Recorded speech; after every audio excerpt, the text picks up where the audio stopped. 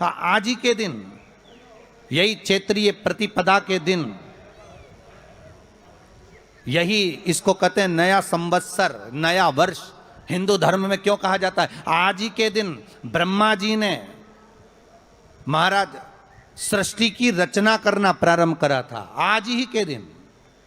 नवरात्रे में जो शिव महापुराण की कथा शुरू हो रही है, नवरात्रे में जो शिव महापुराण की कथा को हम श्रवण करने के लिए बैठे हैं, इसमें हमारा एक संशय और मिटना चाहिए कि भारत की भूमि पर जब मां आद्य शक्ति की स्थापना होती है, मां जगतजननी को जब विराजमान किया जाता है, या चैत्र नवरात्रे में, शरदीय नवरात्रे में, आषाढ़ी नवरात्रे में,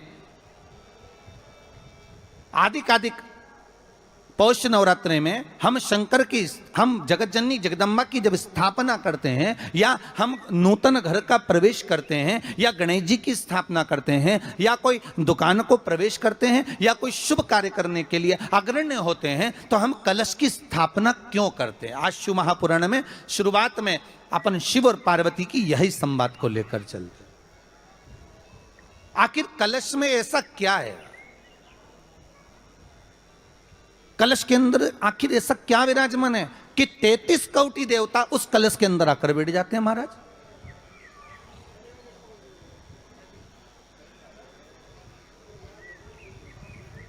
आप कोई यज्ञ करने जा रहे हो, आप कोई पोथी पुराण करने जा रहे हो, आप कोई अच्छा कार्य करने जा रहे हो, तो ब्राह्मण देवता कह देते कलश की स्थापना होगी, कलश की शोभा यात्रा निकलेगी, कलश यात्रा निकलेगी, कलश विराजमान होगा।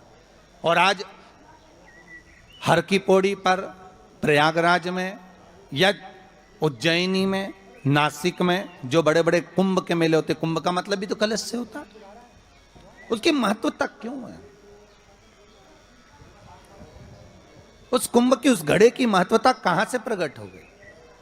शिव महापुराण की कथा कहती है महाराज, भगवान ओघड़दानी शंकर स्वयं आद्य शक्ति जगदम्बा से कहते हैं कि जगदम्बा तू क्या चाहती है बोल। तो जगतजननी जगदम्बा कहती है कि जहां मैं हूं वहां शंकर है, ये आपने कह दिया, पर जहां शंकर है वहां पार्वती का होना जरूरी है। उसके लिए सिद्ध करने के लिए एक स्थान ऐसा बनाया जाए जहां पर शंकर विराजमान है और शंकर के साथ पार्वती विराजमान है। तो शिव जी ने कहा, पार्वती उसके लिए मैं तुझे एक सुंदर कलश का निर्माण कर देता हूं।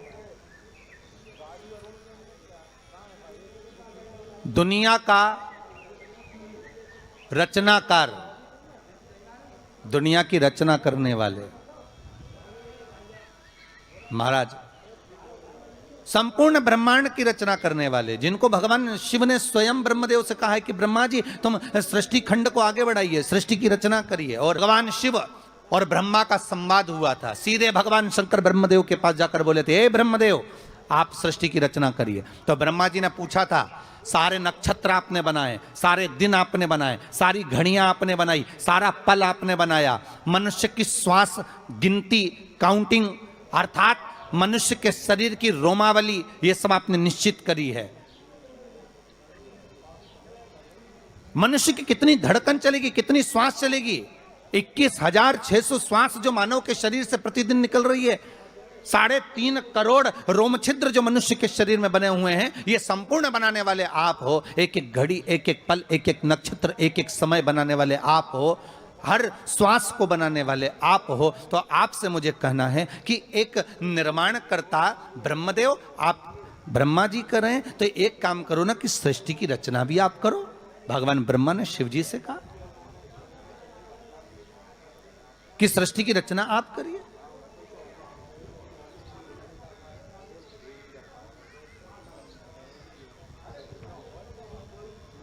महाराज भगवान ओघड़दानी त्रिकालदर्शी शंभु कहते हैं, मेरा कैलाशी मेरा शिव कहता है, नहीं नहीं नहीं ब्रह्मदेव,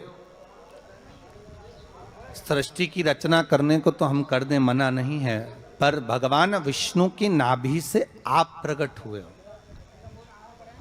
भगवान शेषनाग की सैया पर शयन कर रहे हैं, और भगवान जब शेषनाग की सैया पर शयन कर रहे हैं, उस शेषनाग की सैया से सोते हुए भगवान ने अपने नाभि कोश से आपको प्रकट करा है कमल के पुष्प के ऊपर। और आप भगवान की अंतः नाभि में ब्रह्मदेव ना जाने हजारों वर्ष तक आप नाभि में प्रवेश करते गए, हजारों वर्ष तक आप नाभि के अंदर जाकर साधना करते रहे, और साधना करने के बाद भी आपको यह पता ना चल पाया कि आपका प्रागट्य बिंदु क्या रहा। ब्रह्मदेव, सृष्टि की रचना आप करिए।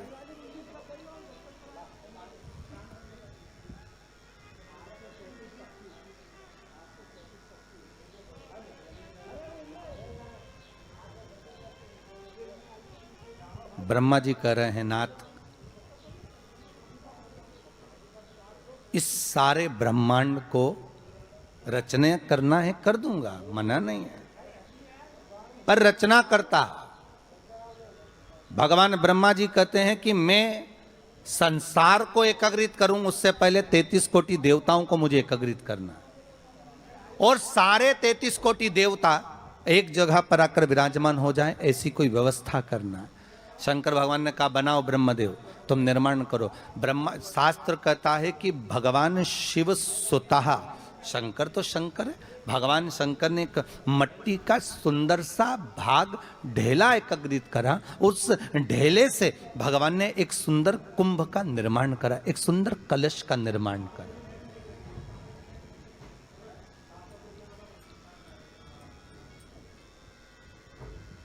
देखिए कितनी सुंदर कथा है। अगर आप लिंग पुराण में इस कथा को निकालोगे तो एक आनंद की अनुभूति और होगी। अगर किसी के मन में संशय हो कि यह कथा कहाँ से ली गई है, तो लिंग पुराण में से आप इसको निकालिए। उसमें वर्णन किया गया कि सफेद मट्टी का शिवलिंग, लाल मट्टी का शिवलिंग, पीली मट्टी का शिवलिंग, काली मट्टी का शिवलिंग, उस शिवलिंग के निर्माण के पहले जब भगवान का पूजन करने के लिए पात्र की जरूरत पड़ी, तो उस पात्र का निर्माण किसने करवाया था?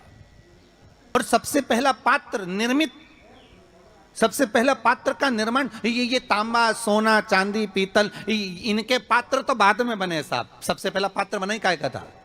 जम के बोलिए जरा, काय का बना था? सबसे पहला पात्र था ये मिट्टी का। आज भी हिंदू धर्म में भले तुम्हारे घर में सोने के कलश हो, भले चांदी के कलश हो, भले तुम्हारे घर में पीतल और तांबे के पात्र रखे हों, पर आज भी अगर ब्राह्मण कहेंगे कि हमें कोई यज्ञ करना है, अनुष्ठान करना है, हमें ये स्थापना करना है, तो ब्राह्मण एक ही बात कहेंगे कि तांबा, पीतल, चांदी के हमें पात्र नहीं चाहिए। ब्राह्मण कहेगा मैं मिट्टी के कलश लाकर रखो।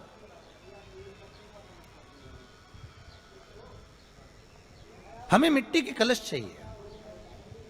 और कितना बड़ा प्रमाण है जी, शास्त्र का प्रमाण देखिए कितना बड़ा है।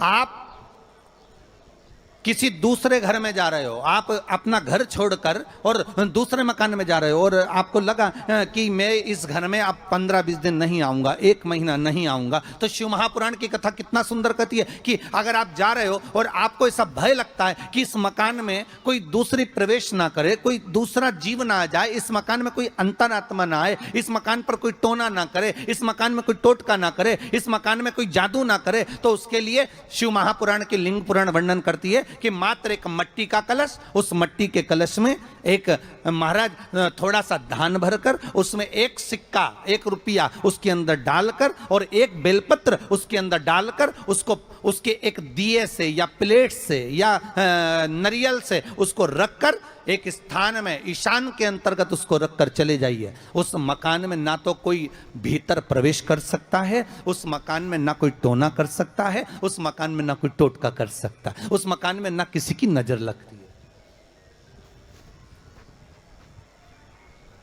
और वो पात्र कोई दूसरा नहीं होना, वो पात्र होना चाहिए मट्टी का कलश। मट्टी के कलश की बड़ी महत्वता है।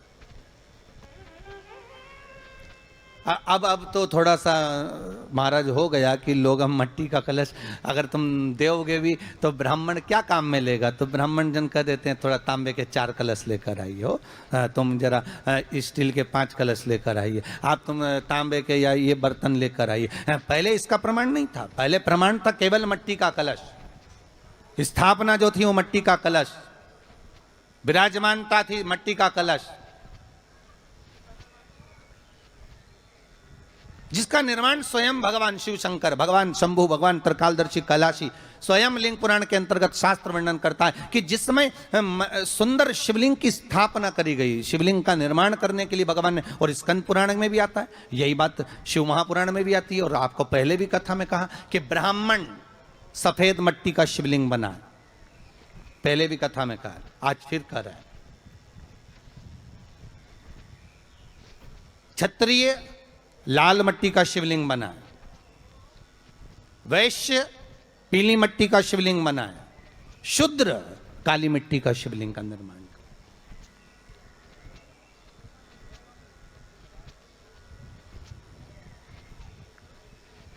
काली मट्टी का शिवलिंग का निर्माण कर।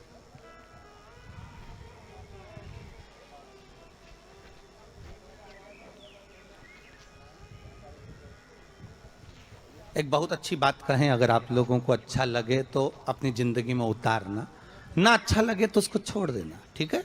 जितने लोग भी कथा सुन रहे हो बहुत ध्यान देना। ये जो पानी पीने का जो मटका होता है ना, जिसको हमारे यहाँ कलश कहा जाता है, हंडा कहा जाता है, जिसको हमारे यहाँ परिंडा कहा जाता है, मटका कहा जाता है, तो पहले जो मटका चलता था वो लाल कलर का चलता था, ठीक है। उस पर कलाकृति करते थे लोग, उस पर डिजाइन करते थे। आपके यहाँ भी होगा, जितने लोग कथा सुन रहे हो ना, आपके यहाँ भी मटका होगा, लाल कलर का चलता था। अभी अभी जो मटका चल रहा है ना, उसका कलर चेंज कर दिया गया। कौन सा कलर का हो गया? वो काले कलर का बेचने लगे। तो वो बेचने वाला क्या कहता है कि साहब ये सफेद, ये लाल जो मटका है ना, इस मटके से मजबूत अगर कोई मटका है तो वो काला है। बोलो सही है कि गलत है? अरे बोलो तो सही है ना। आप कभी जाओगे बाजार तो कह देगा, कुमार भी कह देगा, ये जो मटका है ना लाल वाला, इस लाल वाले मटके से मजबूत ये काला वाला मटका है, ये काला मटका है। और महाराज इससे पानी ज्यादा ठंडा ये कर देगा। पर शिव महापुराण की कथा, लिंग पुराण की कथा कहती है, और अगर आपने बैसाख मास की कथा को श्रवण कराओ, बैसाख की एक कथा होती है, उसको अगर आपने श्रवण करा तो उसमें वर्णन आता है कि घर के अंदर जहां पर आप पानी पीते हो, जिस स्थान पर अन्नपूर्णा निवास करती है, जिस स्थान पर अन्नपूर्णा का वासा होता है, रसोई घर में जहां पर भोजन बनता है, उस स्थान पर काला मटका नहीं रखा जाता। पर आज फैशन के हिसाब से, अरे साहब वो ये मटका थोड़ा कम ठंडा पानी देगा तो ये मटका ज्यादा ठंडा पानी देगा, तो उसको काले मटके को रखें। पर हमारा शास्त्र कहता है काला मटका लोग रखते कहाँ थे? पहले जो शास्त्र रीति थी, उस काले मटके को रखते थे जब मकान बनता था, जब प्रॉपर्टी बनती थी, जब जमीन बनती थी, जब जायदाद बनती थी, संपदा बनती थी, तो उस स्थान पर उस काले मटके को केवल नजरोटे के लिए, केवल हाय के लिए, केवल नजर के लिए रखा जाता था। उसको लोग लेना पसंद नहीं करते। पर आज के व्यक्ति को अगर कह दिया जाए कि ये दो मटके रखे हैं साहब, लाल भी है और काला भी है, तो कौन सा पसंद करेगा? वो काला वाला ही दे दीजिए साहब, ये पानी ज्यादा ठंडा करेगा, उसकी श्रेष्ठता रहेगी। नहीं, शिव पुराण कह रहे हैं, भगवान कुंभ का निर्माण कर रहे हैं, भगवान कलश का निर्माण कर रहे हैं, और भगवान स्वयं ब्रह्मदेव कर रहे हैं कि आप ऐसा निर्माण कर दो जिसमें 33 कोटि देवता स्वतः विराजमान हो जाए। तो भगवान ने उस कलश का निर्माण कर दिया। अब कलश का निर्माण करा तो स्वयं भगवान ब्रह्मदेव बोले, प्रभु इस कलश के अंदर मेरा स्थान कहाँ है? ध्यान देना महाराज, कलश का जो मुख होता है, उस मुख पर भगवान विष्णु का स्थान होता है। किसका स्थान है? भगवान विष्णु का। थोड़ा सा नीचे आओगे, जहां से कलश का मुख दबा हुआ होता है, वह जगह भगवान स्वयं शिव की होती है। किसकी जगह है? भगवान शंकर की। कलश का अग्रभाग, नीचे का भाग जहां से फैला हुआ होता है, वहां ब्रह्मा का आधिपत्य स्थापित होता है। फिर कलश का जो नीचे का भाग होता है, वो भगवान शिव और शक्ति का स्थान होता है। कलश के बाहरी भाग में, जहां पर बाहर का हिस्सा होता है, उस कलश के बाहरी भाग में 33 कोटि देवताओं को भगवान शंकर ने लाकर विराजमान किया होता है। महाराज भगवान शंकर 33 कोटि देवताओं को निमंत्रण देकर उस कलश में विराजमान कर दिया।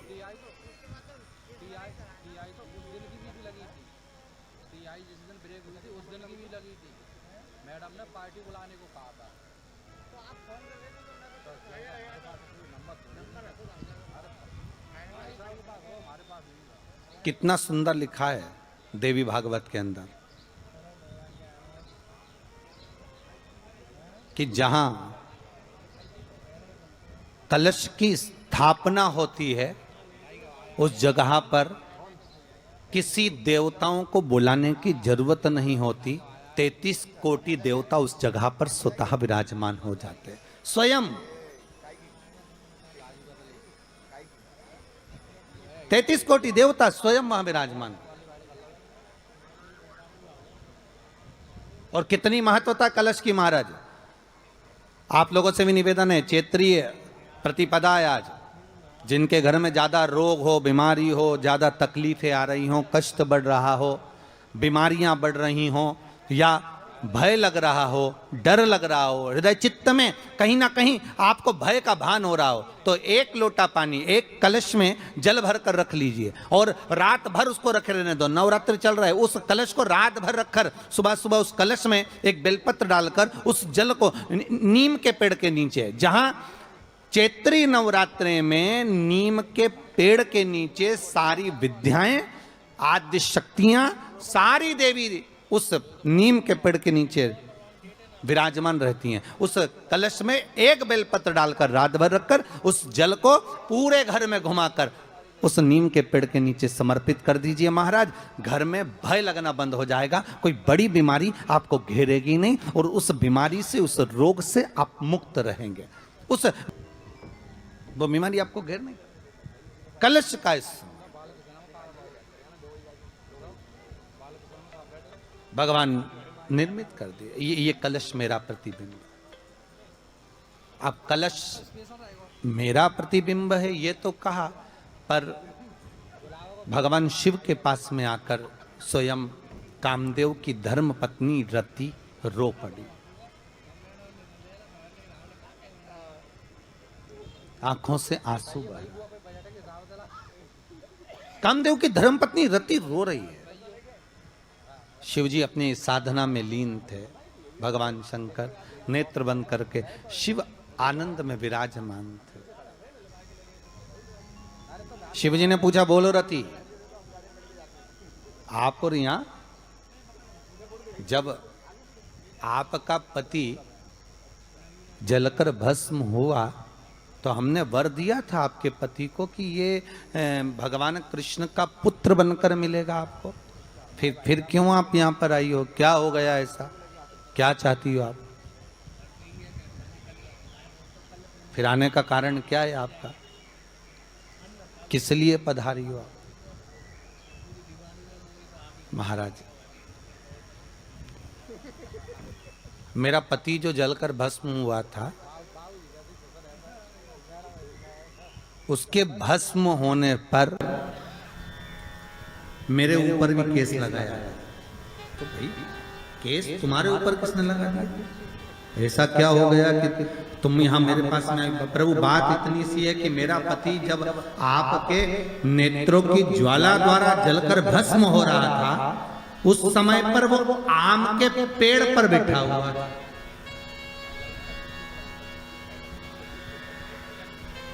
कौन से पल्लव के? आम के पल्लव, आम के डालियों में, आम के पल्लव में मेरा पति छुपा हुआ।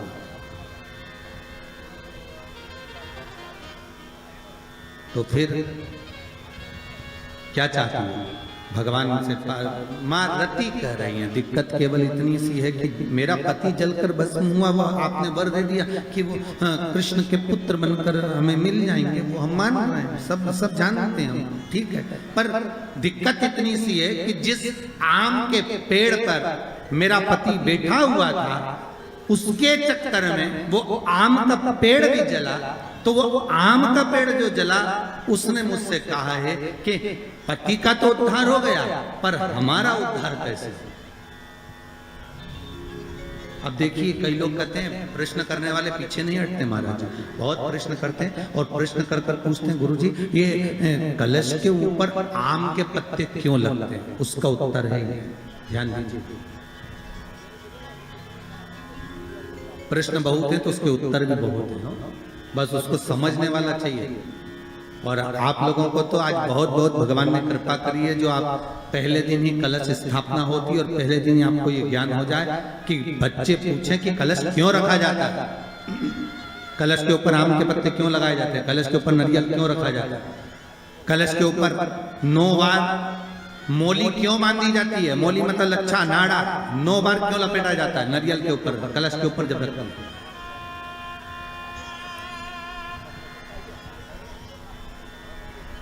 कलश के ऊपर जब जब श्रीफल रखाता है, नारियल रखाता है, तो उस पर 5 बार 7 बार मोली नहीं लपेटी जाएगी, तो 9 ही बार लपेटी जाएगी। 5 या 7 बार लपेटते हैं तो कहते हैं कि लक्ष्मी की छिन्नता होती है, और वो 9 बार लपेटी जाती है तो भरपूर लक्ष्मी का भंडार भरती है।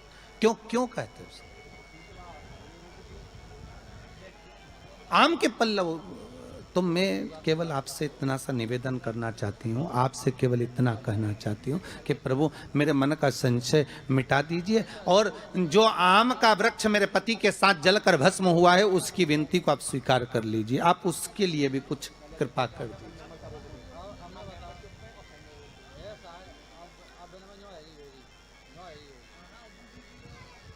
इसी को कृपा कहते हैं, इसी को करुणा कहते हैं, इसी को दया कहते हैं। भगवान बोले अब आप आई हो रति, ठीक है, मांगो क्या चाहिए, बस इतनी कृपा कर दीजिए कि आम के वृक्ष का भी उद्धार कर दो।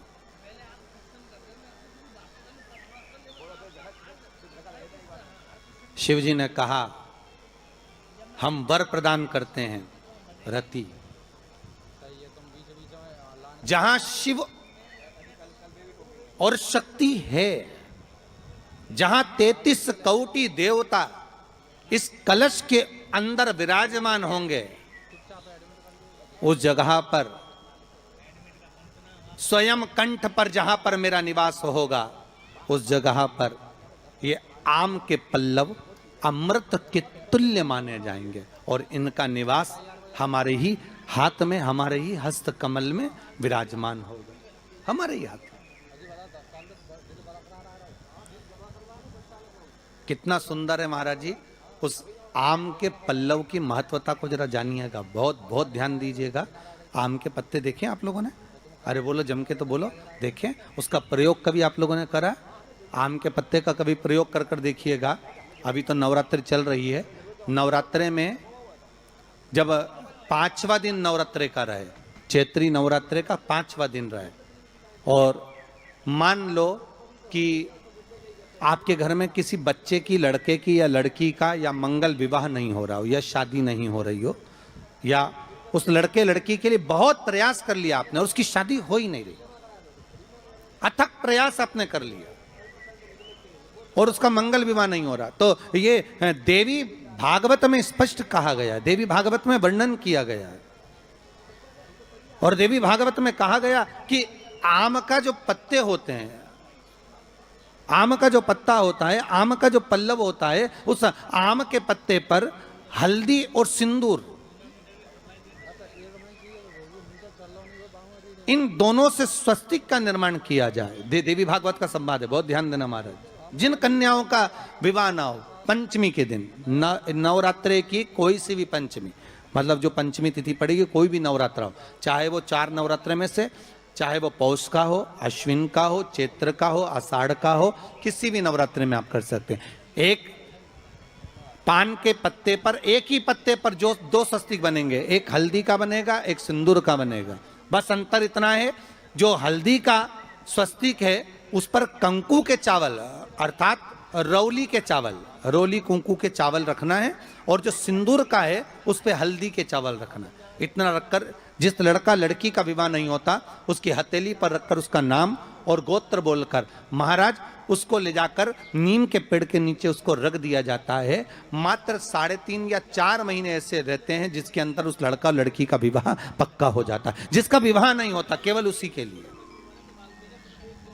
जिसका मंगल विवाह ना हो रहा, आम के पल्लव में शिव का वर प्रदान है, आम के पल्लव में शंकर का आशीर्वाद, आम के पल्लव में शिव का आशीर्वाद।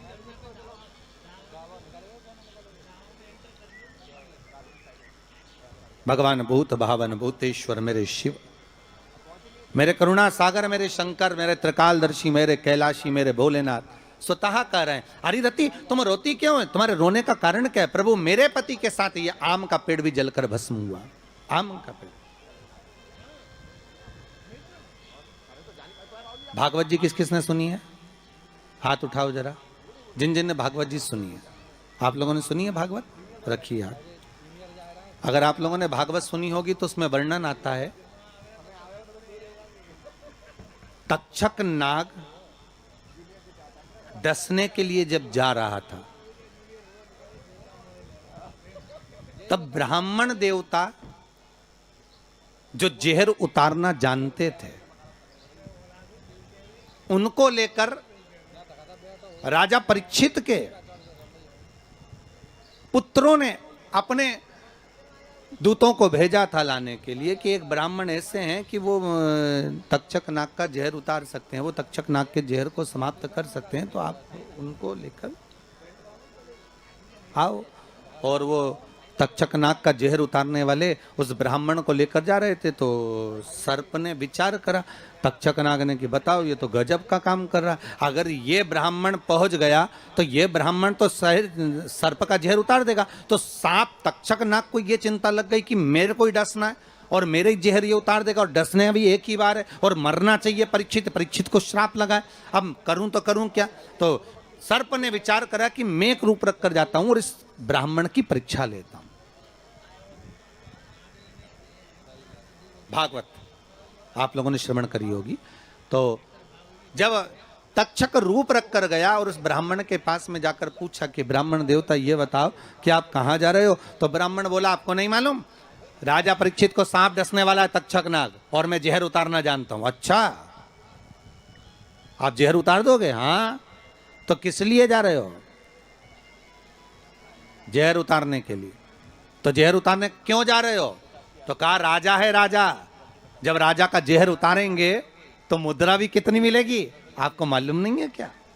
अच्छा, ब्राह्मण देवता इसलिए जा रहे हो? हाँ। पर उसको तो किसी संत ने श्राप दिया।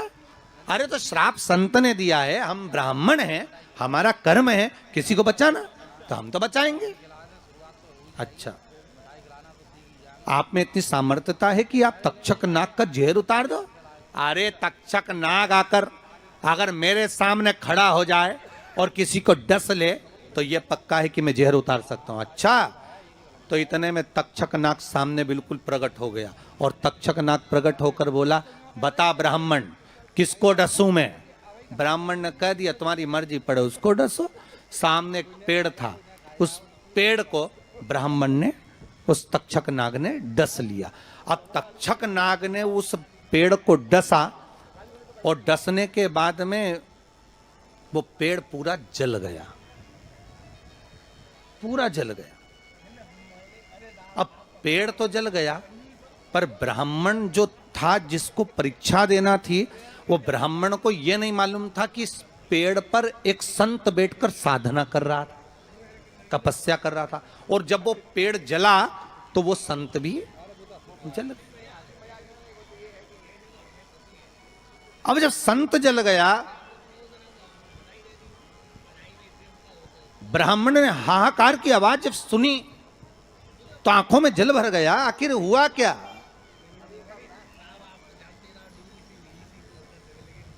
ये संत जल कैसे गया? तो कहा इसके जलने का कारण केवल इतना है कि अब आप जीवित करो, इस पेड़ को हरा भरा करो, इस पेड़ को हरा भरा कर दीजिए।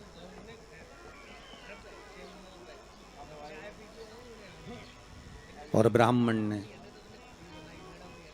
हाथ की अंजलि में जल लिया। हाथ की अंजलि में जल लेकर ब्राह्मण उस जल को पेड़ के ऊपर छींट रहे थे। तो सबसे पहले ब्राह्मण ने यह मन में सोचा कि भोलेनाथ, शंभु, त्रिकालदर्शी है, कैलाशी, कृपा ऐसी करना कि सबसे पहले जो पेड़ पर जो संत बैठा था वो जीवित होना चाहिए। जो वृक्ष पर संत बैठा है वो जीवित होना चाहिए।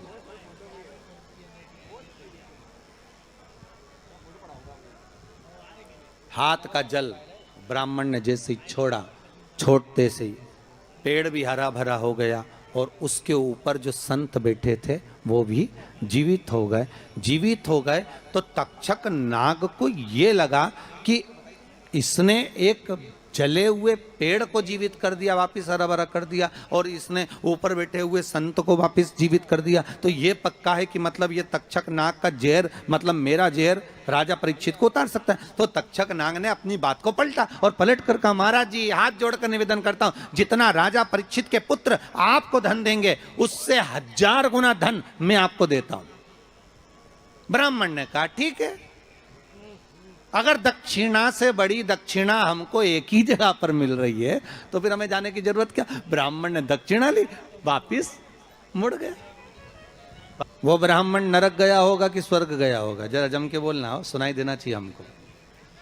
कहां गया होगा? नरक। काय में लिखा है? देवी भागवत में।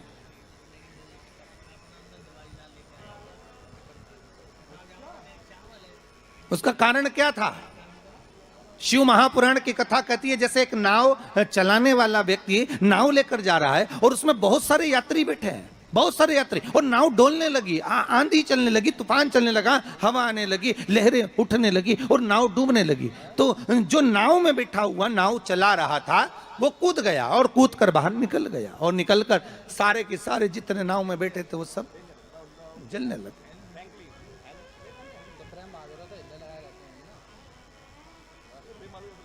जितने नाव के अंदर बैठे थे वो सारे के सारे जलने लगे।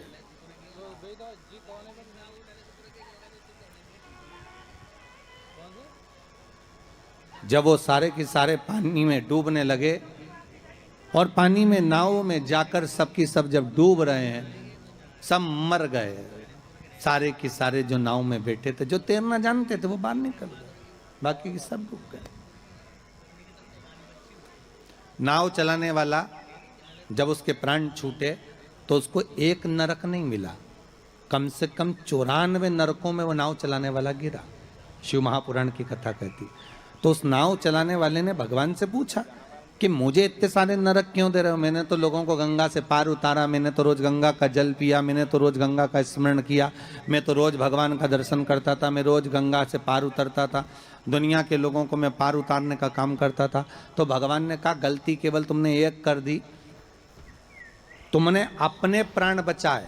अगर तुम 2 लोगों के भी प्राण बचाते बचाते मर जाते तो तुमको बैकुंठ मिल जाता, पर खुद के प्राण बचाए और दूसरों को मरने दिया, इसलिए तुमको नरक मिला, इसलिए तुम्हें नरक प्राप्त हुआ। शिव महापुराण की कथा कहती है जिस पर दुनिया को विश्वास होता है, औषधि देने वाले, दवाई देने वाले उन डॉक्टरों पर दुनिया का विश्वास टिका हुआ है। तो डॉक्टर का क्या फर्ज है? जैसे नाव चलाने वाले का फर्ज है कि बचाते बचाते भगवान करे भले तुम्हारे प्राण छूट जाते तो तुम्हें स्वर्ग मिल जाता। युद्ध के मैदान में सैनिक युद्ध करते करते मर जाता तो उसको वीरगति प्राप्त हो जाती, पर खुद के प्राण बचाने के चक्कर में आप दुनिया को धकेल दो, ये श्रेष्ठता नहीं।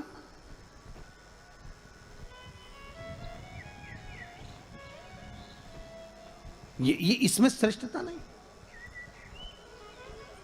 जब तक उस शरीर में प्राण है, जब तक उस शरीर में श्वास है, डॉक्टर भी अपनी जान झोंक दे कि कैसे भी मुझे इसको बचाना है, चाहे कुछ भी हो जाए इसके प्राण बचना चाहिए। फिर धन मूल नहीं है, फिर संपदा मूल नहीं, फिर सत्ता मूल नहीं है।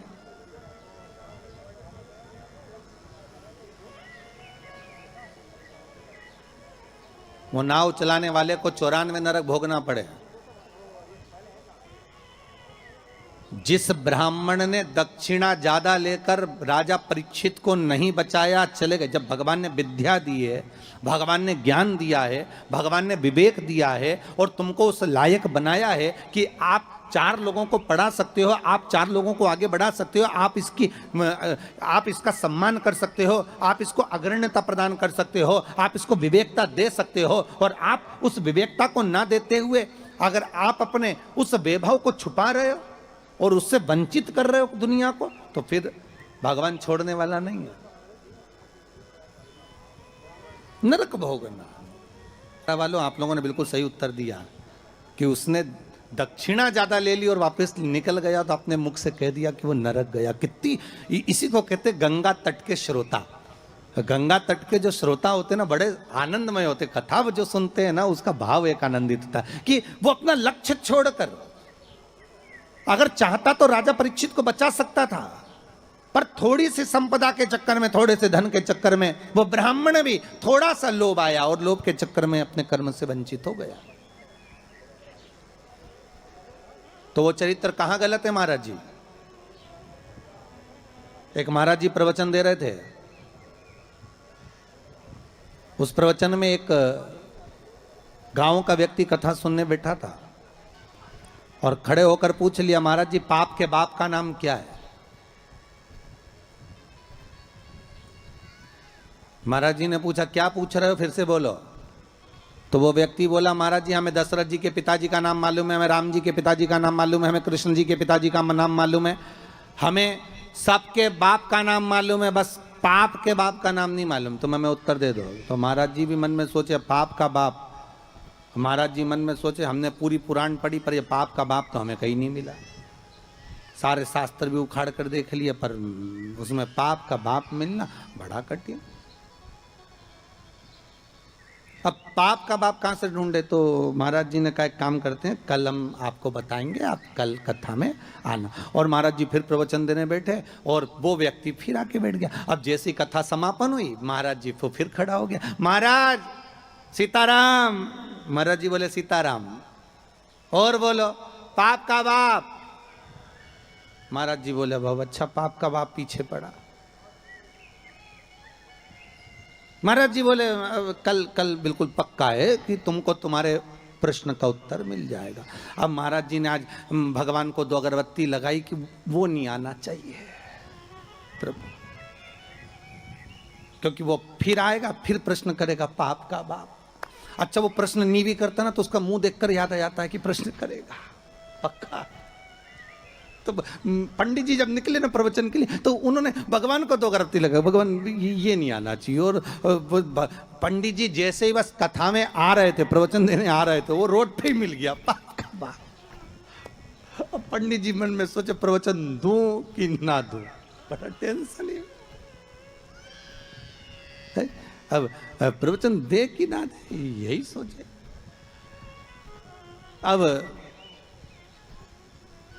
महाराज जी फिर कथा में बैठे, उसने फिर प्रश्न कर दिया महाराज कि पाप के बाप का नाम बता दीजिए।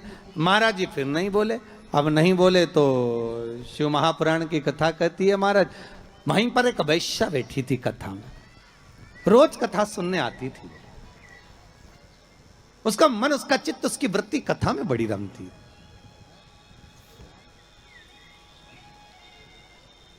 जिसके मन में शिव महापुराण की कथा समा गई ना तो वो प्रयास करता है कि कुछ भी कर कर जहां कथा हो रही है ना, भले 40 किलोमीटर है, 50 किलोमीटर है, 100 किलोमीटर है, पर एक बार तो मैं चली जाऊं। जिसके मन में शंकर आ गया ना तो वो छोड़ नहीं सकता, वो प्रयास करेगा कि मैं कैसे भी पहुंच जाऊं, बस कथा में एक बार मेरी हाजिरी लग जाए, शंकर सुन ले बस एक बार शिव महापुराण की कथा, उस पंडाल में चली जाऊं जिस पंडाल में मुझे बेलपत्र का आनंद मिल जाए, बस उस पंडाल में मुझे पहुंचना। अब वैश्या का नियम था, वो कथा कभी नहीं छोड़ती थी और वो भी कथा में जाकर बैठ गई और कथा में रोज सुने वो पाप के बाप का चक्कर। और महाराज जी बस प्रवचन करें अक्षतम केशवम राम नारायणम, जैसे महाराज जी अक्षतम केशवम करें सब बैठे रहे, वही खड़ा हो जाए।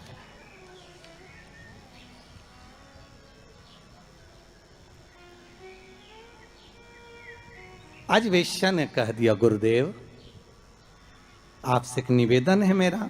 बोलिए। मैं वेश्या हूं, छुपाया नहीं।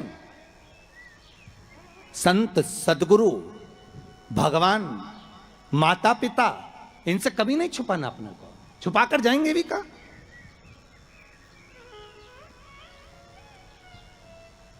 अगर माता पिता से कुछ छुपा लेंगे, संतों से सदगुरु से अगर छुपा लेंगे तो जाएंगे कहां भगवान से छुपाकर।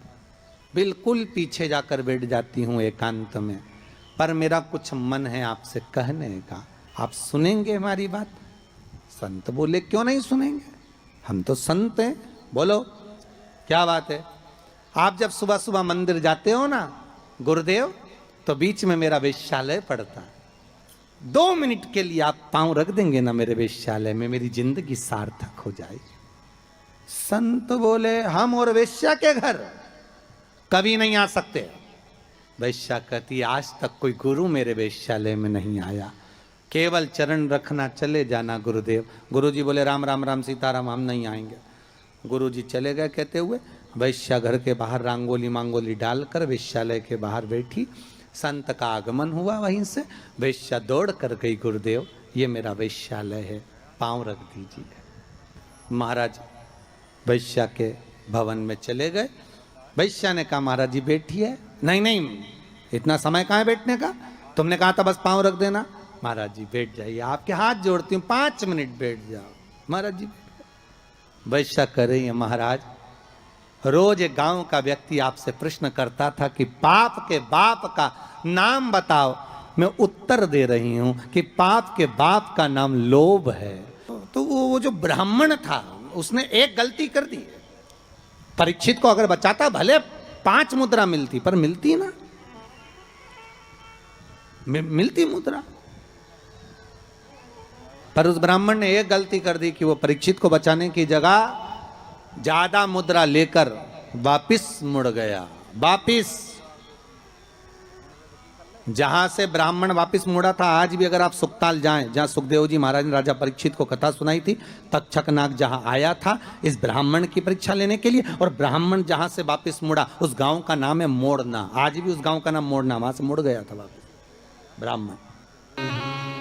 देवता देते हैं पल्ला झाड़ कर, और मेरा महादेव देता है छप्पर फाड़ कर। थोड़ा नहीं देता, अधिकता में देता।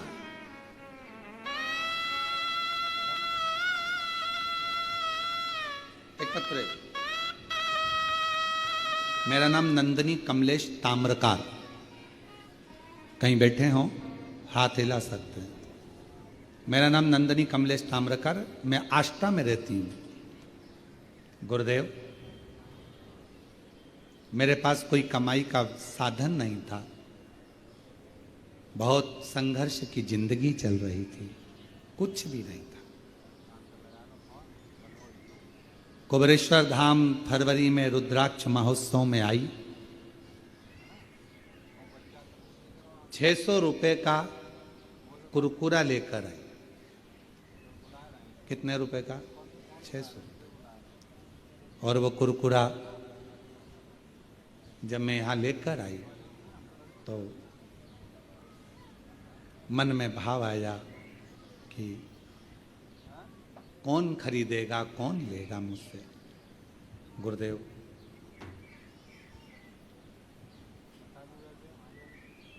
इतना भीड़ था, लाई थी 600 रुपए का कि मैं बेच के 2 रुपया कमा लूंगी, इतना भीड़ था।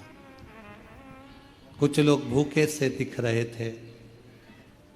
80 रुपए का बेच दिया, और 80 रुपए का बेचने के बाद बाकी का सब बच्चे लोगों को, कोई को भूख लगी तो उनको दे दिया। वो 80 रुपए लेकर घर चली गई। घर के लोगों ने कहा 600 रुपए तेरे पास थे, वो भी सब लगा कर आ गई और 80 रुपए लेके आई है, कोई बात है? घर में बच्चे भूखे, परिवार दुखी, क्या करते? कहा सब बाबा देगा, क्यों चिंता करते हो? गुरुदेव फिर वापिस कुछ सामान लिया, किसी से उधार पैसा लेकर 150 रुपए का, और 150 रुपए का सामान लेकर कुबेर भंडारी के दरवाजे पर आ गई। अब की बार सोचा था 150 रुपए का सामान बेच के थोड़ा बहुत 200-300 रुपया जो मिल जाएगा उसमें अपने बच्चों का गुजारा। 150 रुपए का सामान लेकर आई, कुबेर भंडारी के दरवाजे से बाहर खड़ी हुई, सामान पन्नी में था। एक व्यापारी भाई अच्छा कपड़ा पहनकर आकर कहता है, बहन जी श्री शिवाय नमस्तुभ्यम। हमने कहा भाई श्री शिवाय नमस्तुभ्यम, क्या कर रही हो? 150 रुपए का बिस्कुट लाई। अच्छा। उसने कहा एक काम करो, ये बिस्कुट हमको दे दो। भैया मुझे तो देना है, पर एक बिस्कुट पर कम से कम 25 पैसे 50 पैसे तो मिले। उसने मुझे 500 रुपये निकाले और वो 150 रुपये के बिस्कुट के 500 रुपये देकर चला गया। मैं समझ नहीं पाई कि वो पैसा कैसे आया। 500 रुपये का सामान लाई, फिर मुझे रास्ते में आते आते एक व्यक्ति, मैं सीओर भी नहीं पहुंची, और उसने मेरा सामान 2500 रुपये में खरीद लिया। आज बाबा की कृपा से खुद की गाड़ी है, खुद का बाबा ने कृपा कर दी, बाबा ने भंडार। मैं क्या कहूं, उसको कुबेर भंडारी कहते हैं। आप तो उसको पानी की बोतल पिला कर जाते हो, इन शिव भक्तों को कुछ मुख झूठा करा कर जाते हो, इतना इतना सा टॉफी लाते हो, मुख झूठा करा जाते हो, पर तुमको मालूम नहीं है वो तुम्हारी 15 रुपए की टॉफी को कब 15 लाख में बदल देता है, पता ही नहीं चलता कब। ये बहन जी हमारी कथा की यजमान बनी है, स्वर्गीय श्री संजय कुमार जी की स्मृति में श्रीमती शीतल पटेल जी भिलाई छत्तीसगढ़ से कथा करा। इससे पहले श्रीवास्तव परिवार कथा का यजमान था, आप लोगों ने टीवी पर देखा हो। पितृपक्ष में जो श्रीवास्तव पर, आप जाना कभी उनसे पूछना, जो टीवी पर यजमान मिले थे उनसे पूछना।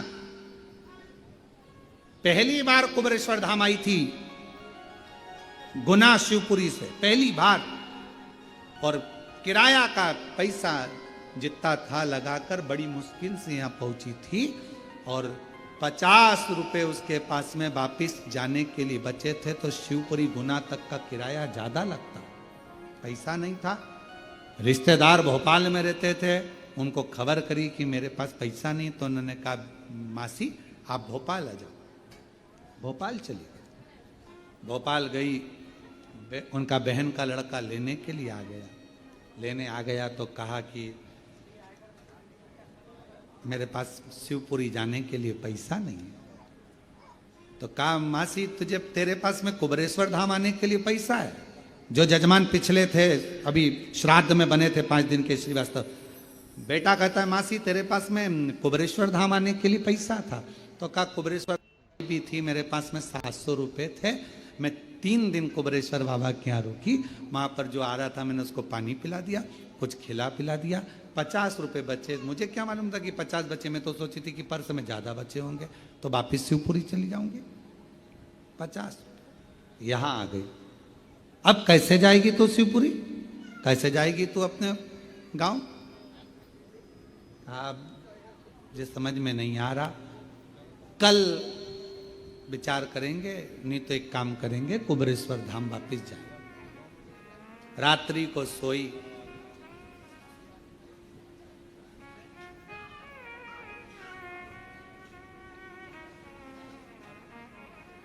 सोते सोते रात्रि के सुबह 9 बजे उसके मोबाइल पर फोन आया कि आपका भोपाल का अकाउंट इस बैंक में है और हम उसको बंद कर रहे हैं, आप आइए और संपर्क। वो बूढ़ी जो श्रीवास्तव परिवार की माता जी थी, वो अपने बहन के लड़के को बोली कि मैसेज मेरे पास फोन आया है सुबह 9 बजे, इस बैंक में बुलाया है। गई बहन के लड़के के साथ में, वहां जाकर मालूम पड़ा कि आपके 68 लाख रुपए यहां जमा है, उसको निकाल ली।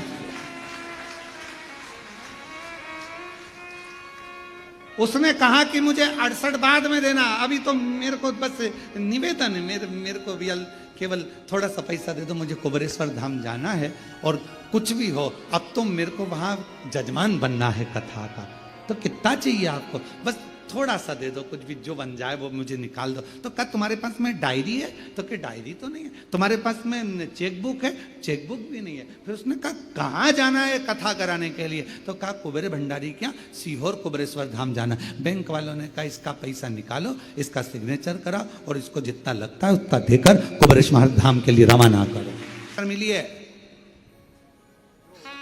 ये बहन बैठी है जजमान बनकर, कथा की मुख्य यजमान बनी है, ये इन्हीं का पत्र है। शीतल पटेल कथा के यजमान बनकर बैठी हैं। गुरुदेव 5/10/2024 को पति को अटैक आया, प्राण छूटे, पति ने एक शब्द जाते हुए कह दिया, मुझे एक बार कुबेरेश्वर धाम जाना है, मुझे वहां जजमान बनना है, मेरे को कथा सुनना है। पत्नी ने कहा आप ठीक हो जाओ चलेंगे, और पति ने कह दिया कि मुझे जाना है। व्यवस्था कुछ नहीं थी, कोई व्यवस्था नहीं। पत्नी करी जजमान कैसे बनोगे, कोई व्यवस्था है अपने पास, कुछ है अपने पास? पति कहता है कि मुझे जाना है। बहन ने पत्र लिखा, मुझे जाना है, कथा सुनना है। पति के प्राण अटेक आया, तेज चले गए, हार्ट काम करना बंद कर दिया, अटेक आ गया, मर गए, प्राण छूट गए। पत्नी के मन में आया कि मैं कैसे जजमान बनूंगी, क्या करूंगी। फिर बाबा ने हाथ पकड़ लिया, पति तो गया पर शिव ने हाथ पकड़ लिया और आज जजमान बनाकर बिठा दिया। ये शिव के 2 पृष्ठ में पूरी बातें लिख दी बहन ने, 2 पृष्ठ में, कि उसकी कृपा को समझना बहुत कठिन है।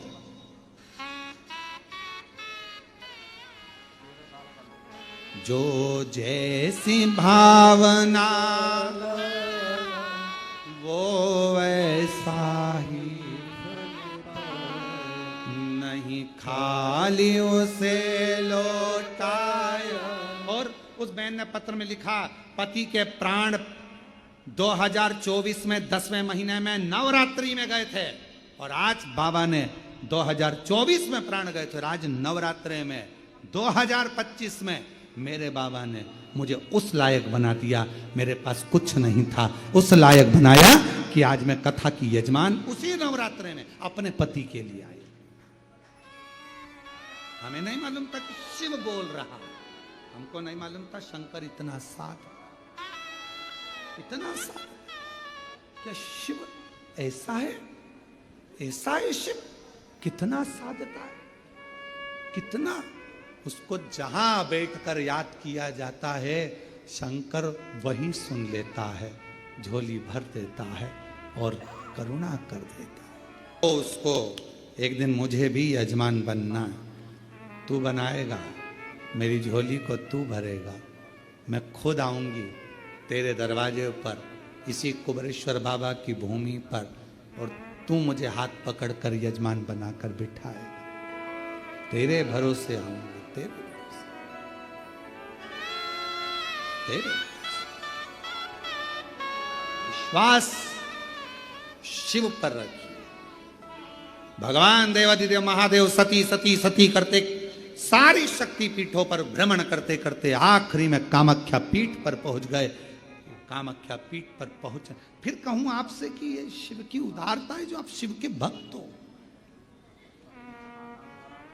शंकर भगवान का भक्त बनना, शिव पर एक लोटा जल चढ़ाना, शिव महापुराण की कथा सुनना सरल नहीं है। पिछले 1000 वर्ष के तुम्हारे जन्म में तुमने जो व्रत साधना तप पूजन, ये शिव पुराण की विद्येश्वर सहित कुछ करा होगा, अच्छा इस जन्म में तुम्हें शिव की भक्ति मिल गई। शिव की भक्ति, शंकर की आराधना। कुबेरेश्वर धाम पर जो आते हैं हम लोग, हम अपनी खिड़की में से देखते हैं तो देखते देखते कहते हैं कितने किस्मत वाले हैं साहब, कितने भाग्यशाली हैं जो शंकर के पास आए हैं। और यहाँ का नियम है, ये तो आते हैं, इनके पीछे पीछे लक्ष्मी चलकर इनके दरवाजे तक पहुंच जाती है, घर पे। शिव का धाम, कितने भाग्यशाली।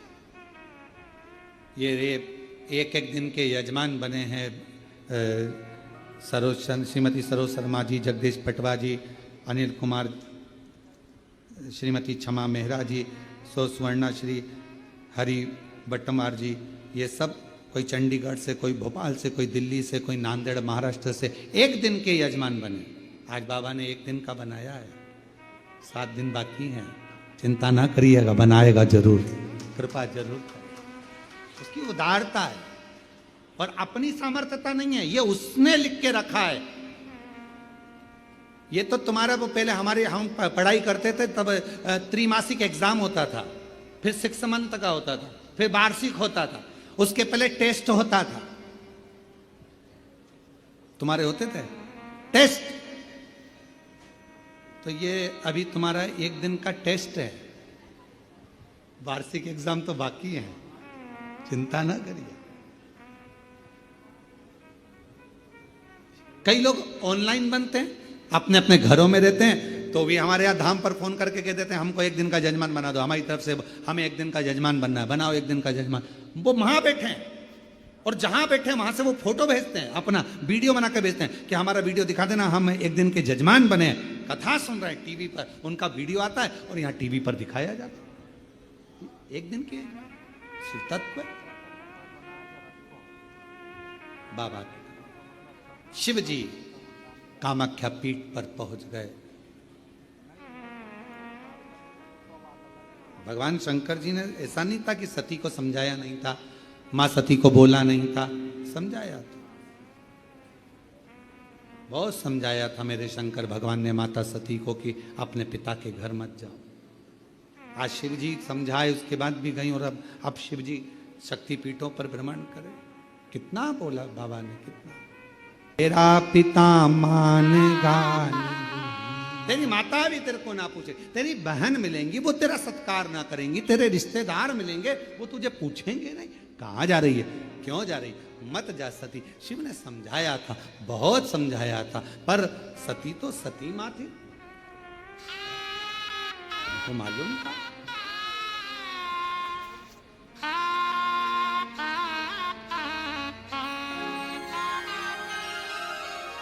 आपको मालूम है सती मैया दक्ष प्रजापति की यहां गईं, यज्ञ में जलकर भस्म हुई, प्राण छोड़ दिए।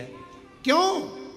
क्योंकि दक्ष प्रजापति ने उनके घर में 60 कन्याओं का जन्म हो चुका था, पर एक कन्या दक्ष प्रजापति ने और मांगी थी, मां दुर्गा से।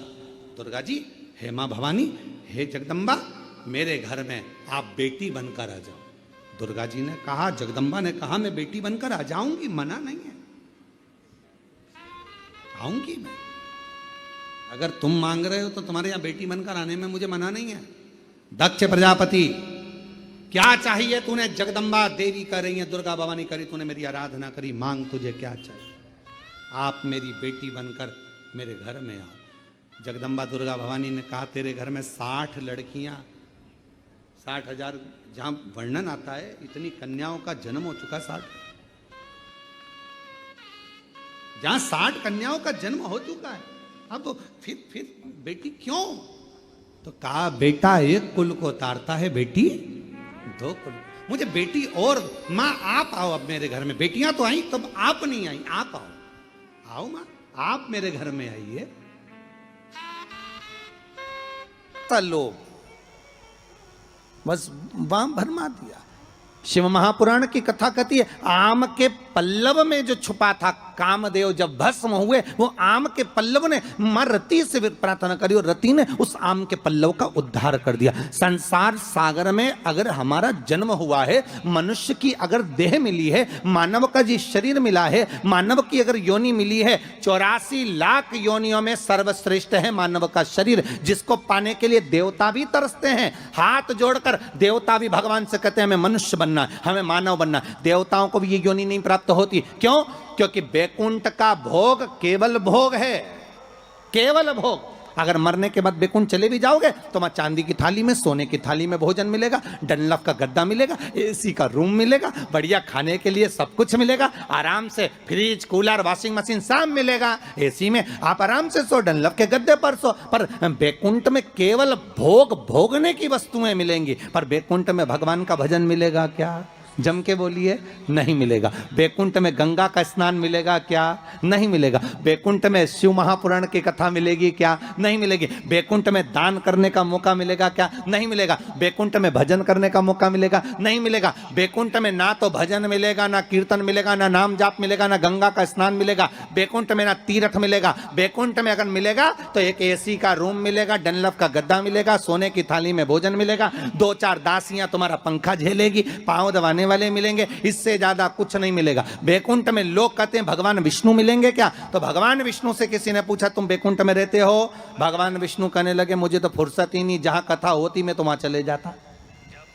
जब बैकुंठ अधिपति कथा सुनने के लिए पितरों के धाम में जाते हैं, कथा सुनने के लिए पांडतारा आ जाते हैं, कथा सुनने के लिए गंगा के घाट चले जाते हैं, तो भगवान कह रहे हैं बैकुंठ में फिर मनुष्य क्यों चाहता है बैकुंठ जाने के लिए। लक्ष्मी जी से पूछा तुम रहती हो क्या बैकुंठ में? लक्ष्मी जी बोली मैं जहां नारायण मां में, मैं क्या करूं बैकुंठ में? तो फिर बैकुंठ में क्या है? तो लक्ष्मी जी बोली 3 स्टार होटल, 5 स्टार होटल, आराम से रहो, खाओ पियो, मौज करो। और जब तुम्हारा पुण्य खत्म हो जाए, जैसे ही पुण्य खत्म वैसे ही धक्का मार के फेंक दिया। जैसे जब तक जेब में पैसा है तो होटल के अच्छे से अच्छे रूम में, खूब कुंभ के मेले में होटल बुक करो, खूब इलाहाबाद में, प्रयागराज में खूब प्रेम से रहो। और जब जेब में पैसा खत्म तो होटल वाला भी कह देगा निकलो, बाहर निकलो।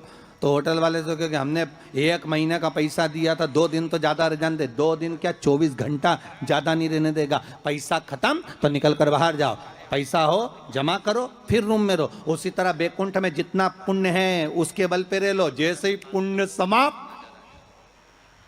चलो पांडे तारा वापिस पहुंच जाओ प्रतापगढ़। फिर कहोगे तुम जानते नहीं हो, हमने सियोर वाला महाराज के मुंह से शिव महापुराण की कथा सुनी तो बहुत बड़ा पुण्य कमाया। तो भगवान विष्णु बोले पुण्य तो कमाया पर खत्म भी तो हो गया, वापिस जा नीचे बैटरी चार्ज करके आ, वापिस जा। नूतन वर्ष में, नए साल में अपन आज प्रवेश कर रहे हैं। प्रमादी संवत्सर समाप्त होकर ये जो नया संवत्सर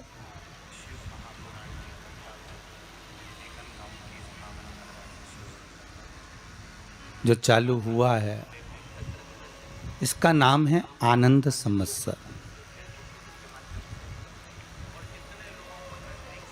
हमारे भारत की भूमि का गौरव रहा है। भारत की भूमि के संत, साधु, सन्यासी, तपस्वी, साधक, उपासक जो रहे हैं, ज्योतिषाचार्य,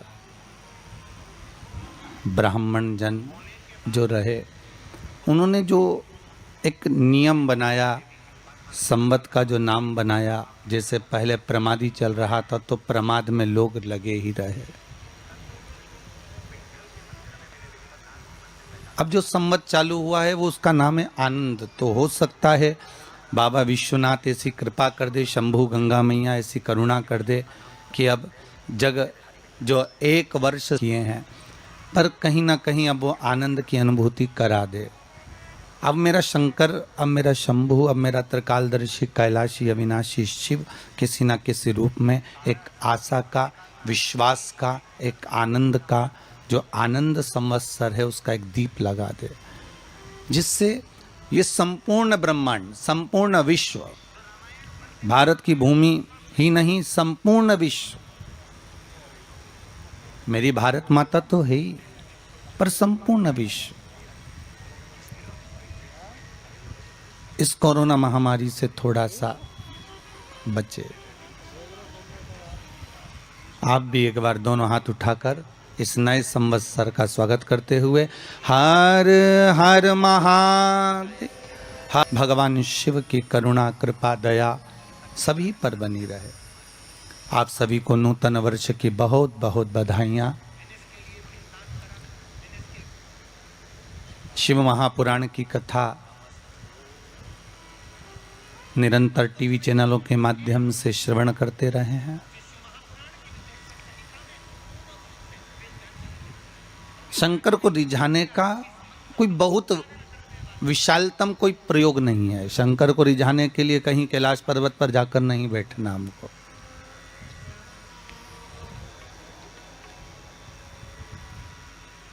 शिव को रिझाने के लिए कहीं हमें किसी घाट पर जाकर नहीं बैठना है। शंकर को रिझाने के लिए केवल इस मन को थोड़ा सा कैलाश की ठंडाई जैसा बनाना है। शिव को रिझाने के लिए थोड़ा सा इस हृदय को, इस चित्त को, इस वृत्ति को गंगा का घाट बनाना है कि ज्ञान की धारा जब बहती बहती जाए उसी तरह हमारे भीतर भी भक्ति की धारा निरंतर बहती हुई जाए।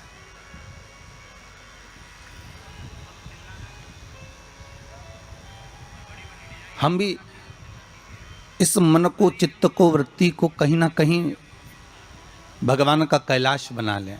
हमें कैलाश जाने की जरूरत नहीं है। जब ये दिल, जब ये मन, जब ये वृत्ति, जब ये चित्त स्वयं कैलाश बन जाएगा, स्वयं गंगा का घाट बन जाएगा, तो शंकर जी के दरवाजे पर हमें नहीं जाना, मेरा भोलेनाथ खुद ही आपके हृदय में आकर बैठ जाएगा। फिर हमें जाने की जरूरत नहीं पड़ेगी। अपने हृदय को हम स्वयं कैलाश बना ले। हमारे हृदय को 7 दिन अगर ये बघेल परिवार में कथा चल रही है, 7 दिन अगर ये गंगा के घाट पर कथा चल रही है, 7 दिन अगर इस पांडतारा में कथा चल रही है, 7 दिन ये प्रतापगढ़ के नज़दीक में जो शिव महापुराण का पावन चरित्र रानीगंज क्षेत्र में चल रहा है, तो इसका एक सुख आपके जीवन में होना चाहिए कि आप ये नूतन वर्ष में, ये नए वर्ष में जो एक आनंद की अनुभूति करने के लिए, इस संसार सागर से उबरने के लिए हम भगवान की कथा को अपने हृदय में, अपनी चित्तवृत्ति में, अपने मन में उतार लें।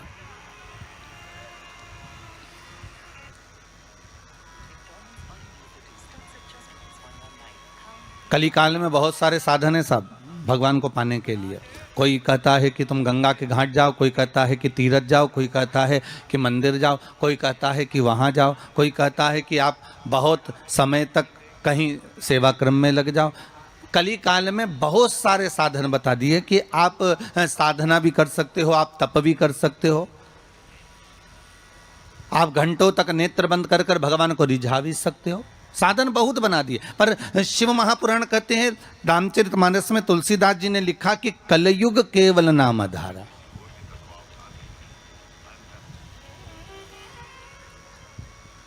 तुलसीदास जी लिखते हैं कि कलयुग में केवल एक नाम की आधारशिला रख लीजिए। आप दूसरी आधारशिला में अगर डूब रहे हो, आप दूसरे भाव में डूब रहे हो कि भगवान मिलेगा, तो तुलसीदास जी कहते हैं केवल एक ही आधार बहुत भारी है कि कलयुग केवल नाम आधारा और सुमर सुमर नर उतरहि पारा। कलिकाल में एक नाम की आधारशिला हो और वो नाम परमात्मा का हो। जगत का नाम नहीं चाहिए हमें, संसार के नाम से हम नहीं तरने वाले हो। मन का नाम, एक राम नाम, एक कृष्ण नाम, एक शिव नाम, एक जगत जननी जगदम्बा का नाम, एक आद्य शक्ति का नाम अपने भीतर में हो।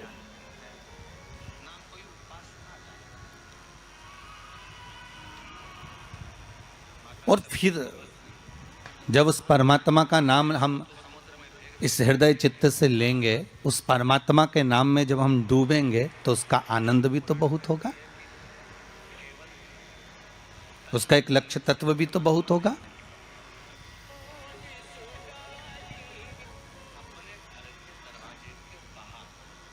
महाराज, कल जब हम यहाँ पहुँचे तो नीचे किसी से मिलना हुआ। जब ऊपर ठहरे उसके बाद नीचे हम जब आए जाने के लिए कहीं, तो हमने पूछा कथा हो रही है आपके यहाँ? तो कहाँ गुरुजी, भगवान की बड़ी कृपा है, विश्वनाथ शंभू की, त्रिकालदर्शी कैलाशी अविनाशी शंकर की बड़ी करुणा है। किस लिए श्रवण करना चाहते हो?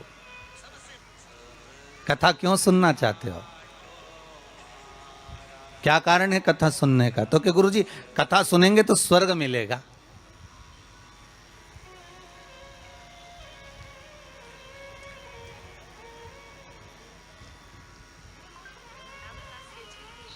पहले भी कथा में कहा, आज फिर कहते हैं, आप स्वर्ग जाएंगे ना जाएंगे इसका कोई गारंटी नहीं है।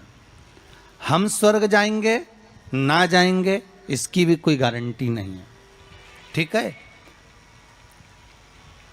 पर इतना विश्वास जरूर है कि आप अगर भगवान शंकर का अनुमोदन कर रहे हैं, आप शिव नाम की चर्चा कर रहे हैं, आप शंकर की कथा को श्रवण कर रहे हैं, आप शंकर की कथा में डूबे हुए हैं, आप आद्य शक्ति के नवरात्रे में शंकर का अनुमोदन कर रहे हैं, आप शिव अर्चना कर रहे हैं, आप शंकर का नाम जाप कर रहे हैं, आप शंकर का स्मरण कर रहे हैं, तो यह पक्का है कि आप वैकुंठ जाएंगे ना जाएंगे इसकी कोई गारंटी नहीं है, पर यह पक्का है कि आप अगर भगवान के नाम में डूबे रहे तो वैकुंठ अधिपति नारायण तुम्हारे पास जरूर आ जाएगा, यह पक्का है महाराज। आप जाएंगे ना जाएंगे उसके कोई बात नहीं है, पर भगवान स्वतः नारायण स्वतः अपने पास आ जाए इसका सुख है। हम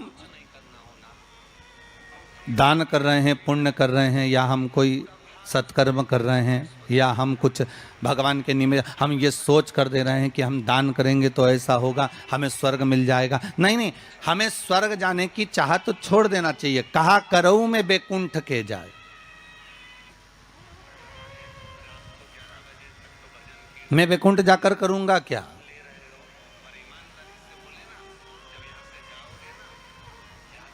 वैकुंठ की चाह इस मन को नहीं होना चाहिए। मन को तो ये चाह होना चाहिए कि मैं भगवान का इतना भजन कर लूं कि वैकुंठ का नाथ, वैकुंठ अधिपति स्वयं नारायण, कैलाश पर रहने वाले मेरे शंकर,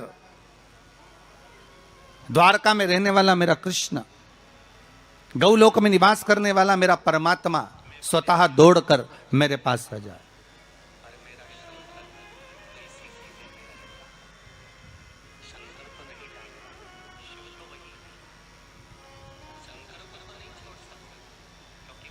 और उस परमात्मा को पाने के लिए महाराज केवल एक नाम का था। तो वैकुंठ आप जाएं या हम जाएं इसका कोई पक्का भरोसा या विश्वास नहीं, कोई ने लिख के भी नहीं दिया तुमको, और जो गए उनसे पूछ भी नहीं सकते कि तुम वैकुंठ में हो कि और कहीं हो।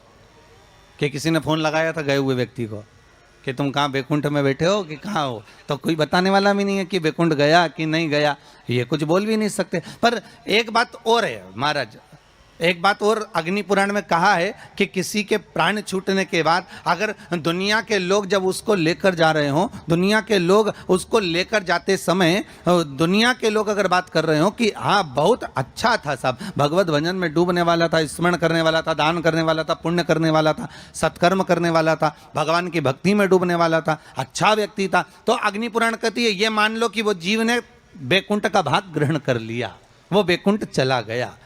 और अगर किसी के जाने के बाद लोग करें अरे हाँ रे भैया अच्छा हुआ मर गया, बहुत प्राण खाता था, बहुत तकलीफ देता था, बहुत कष्ट देता था, बहुत परेशान करता था, बहुत दुख देता था, तो समझो कि हाँ भैया वो फिर नरक ही गया होगा, क्योंकि वो दुनिया को भी कष्ट देता है, वो दुनिया को भी कष्ट प्रदान कर रहा होता है।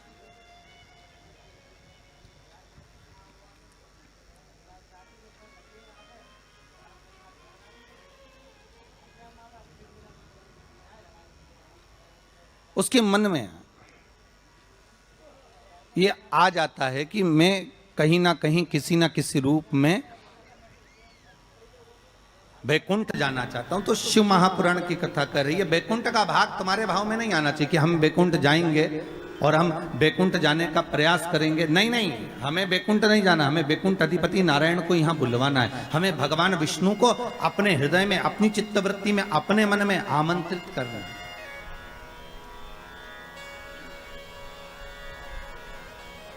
और जब भाव होगा महाराज, निर्मल जब भाव होगा तो भगवान को मिलने में फिर देरी नहीं हो सकती। भाव कह रहा है महाराज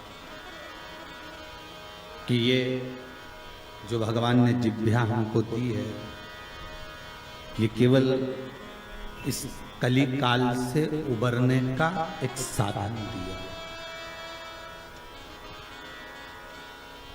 इस कली काल से उबरने का एक साधन, कली काल से निकलने का एक साध्य बनाया है कि केवल कि राम कहो मुख में जीवा है कि नहीं। महाराज ये केवल राम कहने के लिए, स्मरण के लिए ये जिह्वा हमें दी गई है। और कलिकाल का साधन, कलिकाल का एक आनंद, कलियुग का एक भाव भगवती स्मरण का एक नाम है। शिव महापुराण की कथा कह रही है कि बैकुंठ जाने का भाव ना हो।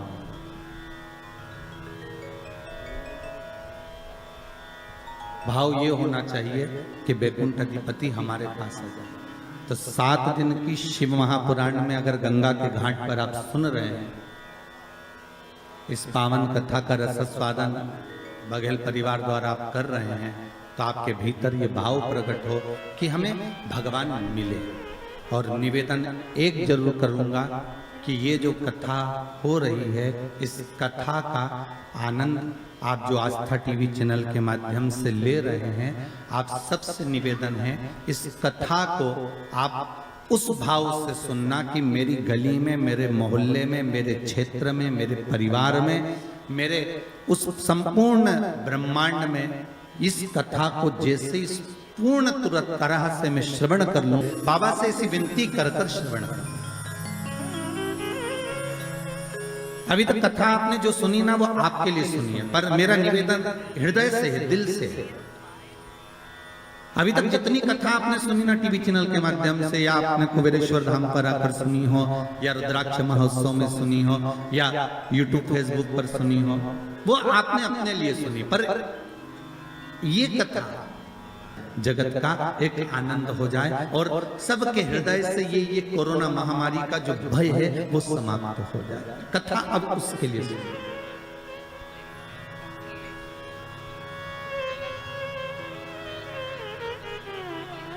एक बार आद्य शक्ति मां जगतजननी जगदम्बा दुर्गा भवानी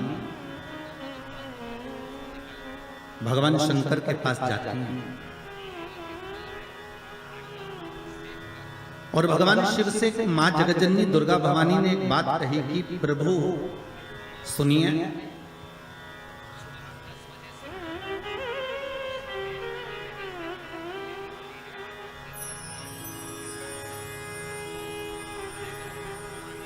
मैं जहां जहां पर हूं, मां जगदम्बा कह रही है कि मैं जहां जहां पर हूं, प्रभु आप वहां वहां पर हो ना? शंकर जी बोले बिल्कुल। जहां शक्ति है वहां शिव है, मैं वहां पर हूं। तो जगतजननी जगदम्बा के मुख से निकल गया, प्रभु फिर जहां पर शिव है वहां पर भी शक्ति है, जहां शंकर है वहां स्वयं आदि शक्ति जगदम्बा पार्वती, मैं वहीं पर हूं जहां आप। शंकर भगवान ने कहा, सुन पार्वती, तू जहां पर है वहां पर शंकर है। मैं विश्वास रखकर इस वचन को निश्चित कर देता हूं कि जहां पार्वती है वहां शंकर है, वहां शिव है। पर पार्वती मैं ये नहीं कह सकता कि जहां शंकर है वहां पार्वती है।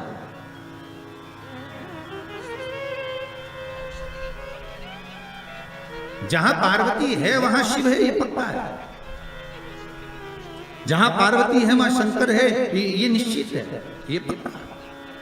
पर जहां शंकर स्वतः है, जहां शिव है, वहां पार्वती हो, ये पक्का नहीं। इसको मैं निश्चित नहीं कर सकता, इसको मैं पक्का नहीं कर सकता। पार्वती जी की आंखों से अश्रु बहने लगा। माता पार्वती के नयन अश्रु बह रहा है, और माता पार्वती के जब नयन अश्रु बह रहे हैं तो भगवान शिव ने पूछा, क्या बात है पार्वती, हुआ क्या? आपकी आंखों में आंसू कैसे आ गए?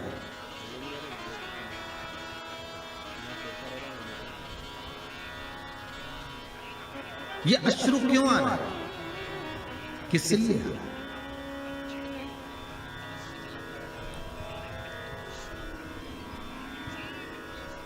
आज हमारे यजमान कह रहे थे कि गुरुजी जरा हमारी धर्म पत्नी को समझाना, थोड़ा सा क्रोध कम करो। तो हमने कहा जरा तुम अपनी धर्म पत्नी से बात करवाइए। तो उन्होंने अपनी धर्म पत्नी से बात कराया, तो उनको देखकर लगा कि क्रोध तो करती होंगी पर यह भी पक्का है कि इनका स्नेह पति के प्रति ज्यादा ही होगा, क्योंकि शिव महापुराण की कथा कहती है कि पार्वती ने शंकर भगवान से 2 वर मांगे थे काशी की भूमि में। पार्वती जी ने शंकर भगवान से 2 वर मांगे थे। पहला वर माता पार्वती ने शिव जी से मांगा था कि पहला वर दीजिए जिस पति पत्नी में झगड़ा हो उसमें प्रेम बहुत बढ़े। तो शंकर भगवान ने कहा तथास्तु, तो उसका एक असर तो आज दिख गया।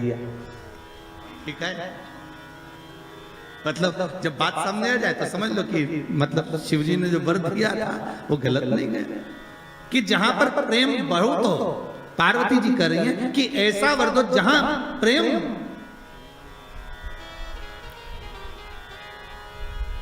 जहां झगड़ा होगा वहां प्रेम जरूर होगा, तो वहां प्रेम बना हुआ है, वहां इसने बना हुआ है। और दूसरा वर माता पार्वती ने मांगा था कि काशी में जो मरेगा, काशी में जिसके प्राण छूटेंगे उसको गुरु मंत्र आपको देना पड़ेगा। इसलिए भारत की भूमि के सबसे ज्यादा मुर्दे, भारत की भूमि के सबसे ज्यादा शव अगर कहीं जलते हैं तो वो काशी में जलते हैं, क्योंकि शंकर भगवान ने पार्वती को यह वर प्रदान किया था।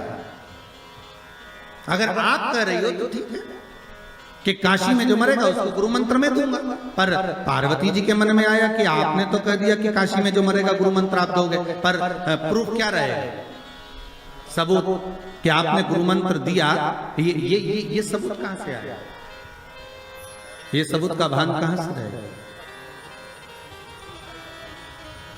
तब भगवान शिव ने कहा क्या चाहती हो आप बताओ। तो पार्वती जी बोली आप हमको वर दीजिए कि काशी में जो मरेगा ना उसके सीधे कान में गुरु मंत्र आपको देना पड़ेगा। शंकर भगवान के हम तो उलझ गए वर देके। कभी कभी अगर पति बोल दे पत्नी को तो क्यों चिंता करती है, मैं बैठा तो हूं, अरे एक अंगूठी क्या मैं तुझे 10 अंगूठी दिला दूंगा। तो पत्नी हमेशा याद करके वही बोलती है, करवा चौथ का चांद बाद में देखती है, बोले अंगूठी की बोलती है, क्यों जी वो आपने बोला था तो वो कहा है। अब पार्वती मैया तो मौन। शिव जी ने पूछा पार्वती तू चुप क्यों हो गई। पार्वती जी बोली मेरा दूसरा वर कि काशी में जो मरेगा उसको गुरु मंत्र आपको देना पड़ेगा। तो वो गुरु मंत्र कब दोगे। शंकर भगवान ने कहा ऐसा कोई होता है कि संसारिक मनुष्य को, मानव को, ये मनुष्य को और गुरु मंत्र में, इस संसार के मानव को गुरु मंत्र में प्रदान करो, ये हो सकता है क्या।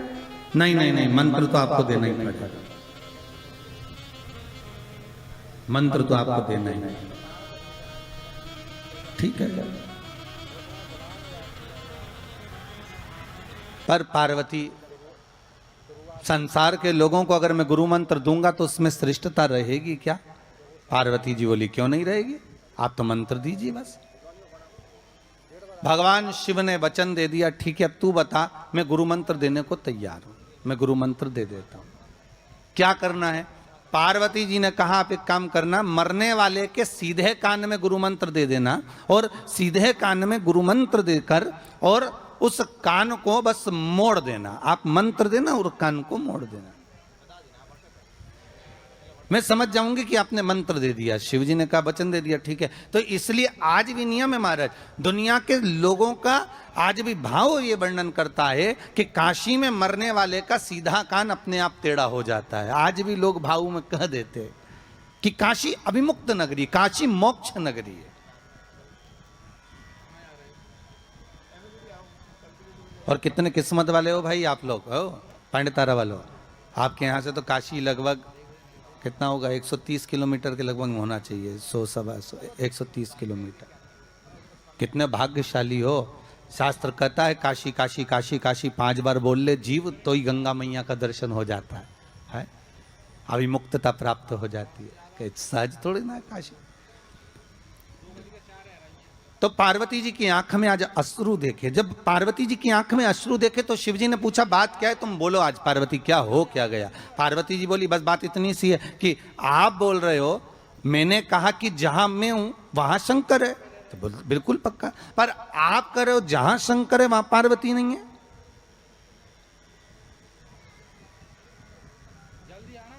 जहां शिव है वहां पार्वती नहीं है। आखिर क्यों, किस लिए? शंकर भगवान कहते हैं औगड़दानी त्रिकालदर्शी कैलाशी मेरा शंभो, मेरा शंकर, मेरा ओघड़दानी, मेरा भूतेश्वर, मेरा भूतनाथ, मेरा त्रिकालदर्शी, मेरा महामृत्युंजय कह रहे हैं। हरि पार्वती तो जानती नहीं है। कुछ स्थान ऐसे हैं पार्वती जहां पर मुझे तेरे बिना भी रहना पड़ता है।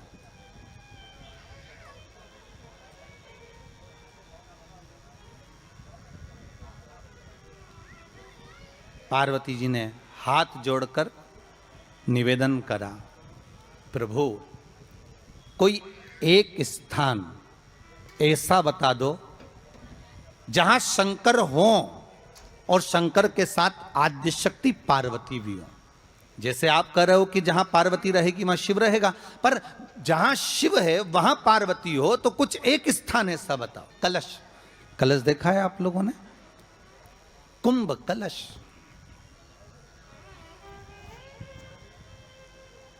उस कलश में हे पार्वती जहां शंकर है वहां तू भी विराजमान होगी, और केवल एक रूप में नहीं, सारी विद्याओं के रूप में तू उसमें संजू रहेगी। केवल एक कलश। आज नया संवत्सर है, नूतन वर्ष है। पूरे भारत की भूमि पर और मेरे भारत के जो मानव है जहाँ जहाँ निवास कर रहे हैं, विदेश में भी, पूरी भारत की भूमि पर आज के दिन लोग देवी जी की स्थापना करते हैं। तो क्या स्थापना में क्या रखते हैं? कलश रखते हैं ना। तो कलश किस लिए रखा जाता है? कलश का क्रम क्या है? अपन ने अभी तक कथाओं में बहुत सुना, शिव महापुराण में, कि दिए का महत्व क्या है। अपन ने सुना दही का महत्व क्या है, जल का महत्व क्या है। पूरी शिव महापुराण में अपने अलग अलग महत्व को जाना है, पर यह